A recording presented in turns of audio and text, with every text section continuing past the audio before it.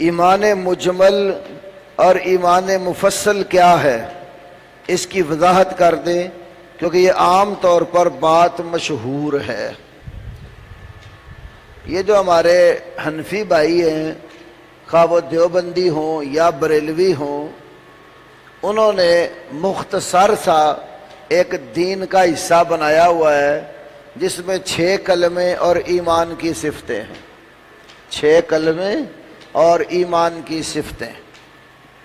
اب یہ جو 6 کلمے ہیں نا، کئی ان میں ایسے ہیں کہ جو تو ثابت ہی نہیں ہیں، کچھ مختلف قسم کی دعائیں ہیں جو انہوں نے نمبرنگ کر کے یہ پہلا ہے، یہ دوسرا، یہ تیسرا، یہ چوتھا ہے، وہ کلمے بنا دیے۔ تو اس میں ایمان مجمل اور ایمان مفصل، ان کے ہاں ایمان کی جو حقیقت ہے وہ سلف صالحین، صحابہ، تابعین اور ائمہ حدیث سے علیحدہ ہے۔ ان کے ہاں ایمان 2 چیزوں کا نام ہے، زبان سے اقرار اور دل سے تصدیق۔ عمل کا ایمان میں کوئی دخل نہیں ہے، جبکہ سلف صالحین کے ہاں ایمان 3 چیزوں کا مجموعہ ہے، زبان سے اقرار، دل سے تصدیق اور اعضاء کے ساتھ عمل۔ اور میں اس کی مثال نماز سے دیتا ہوں۔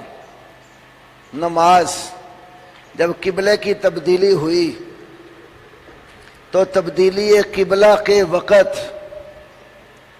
ایک سوال پیدا ہوا کہ جو لوگ قبلہ بدل جانے سے پہلے بیت المقدس کی طرف منہ کر کے نماز پڑھتے تھے، ان کی نماز کا کیا حکم ہے؟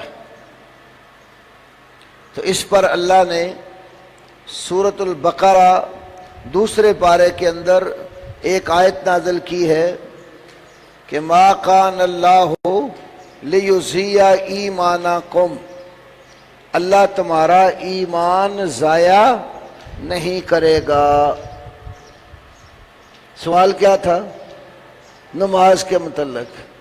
اللہ نے سوال کے جواب میں کیا کہا؟ اللہ تمہارا ایمان ضائع نہیں کرے گا، یا ایمان سے مراد نماز ہے۔ صحیح بخاری کتاب الایمان میں بھی ہے، اور امام نووی نے شرح صحیح مسلم میں ائمہ کا اس پر اتفاق نقل کیا ہے کہ اس آیت میں بالاتفاق ایمان سے مراد نماز ہے۔ تو نماز آپ دیکھیں، نیت دل کے ساتھ ہوتی ہے، تکبیرات، تسبیح و تعلیل، تلاوت، اذکار زبان سے کرتے ہیں، اور سر تا پاؤں پورا وجود عملاً قیام، رکوع، سجدہ، اتحیات میں ہوتا ہے۔ تو نماز 3 چیزوں کا مجموعہ ہے جسے ایمان کہا گیا۔ تو ان کے ہاں ایمان اقرار باللسان اور تصدیق بالقلب کا نام ہے۔ تو اس لیے انہوں نے ایمان مجمل کے کلمات وضع کیے، آمنت باللہ کما ہوا، آمنت باللہ کما ہوا باسمائہ وصفاتہ وقبلت جمیع احکامہ اقرار باللسان و تصدیق بالقلب۔ آگے وعمل بالجوارح یا عمل بالاعضاء، یہ انہوں نے اس میں ایڈ نہیں کیا۔ امام ابن تیمیہ رحمۃ اللہ علیہ نے اپنے فتاویٰ میں اس بات کا ذکر فرمایا ہے کہ مرجیہ کے 3 فرقے ہیں، مرجیہ گروہ کے 3 فرقے ہیں۔ لفظ مرجیہ ارجاء سے نکلا ہے، ارجا یرجی، ارجاء کا معنی ہے لٹکانا، مؤخر کرنا، پیچھے ہٹانا۔ مرجیہ ان کو اس لیے کہتے ہیں، یہ عمل کو ایمان سے پیچھے ہٹا دیتے ہیں، مؤخر کر دیتے ہیں۔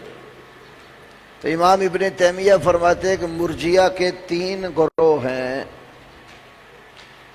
وہ گروہ بھی مرجیہ ہے جو کہتے ہیں کہ ایمان صرف زبان کے اقرار کا نام ہے۔ ایک فرقہ تھا جس کا نام ہے کرامیہ۔ کرامیہ فرقہ کسی زمانے میں ہوتا تھا، تو ان کے نزدیک ایمان صرف اقرار باللسان کا نام ہے۔ جہمیہ ایک فرقہ ہے، جہمیہ کے نزدیک ایمان صرف تصدیق قلبی کا نام ہے۔ ایک فرقہ کو مرجیۃ الفقہاء کہتے ہیں،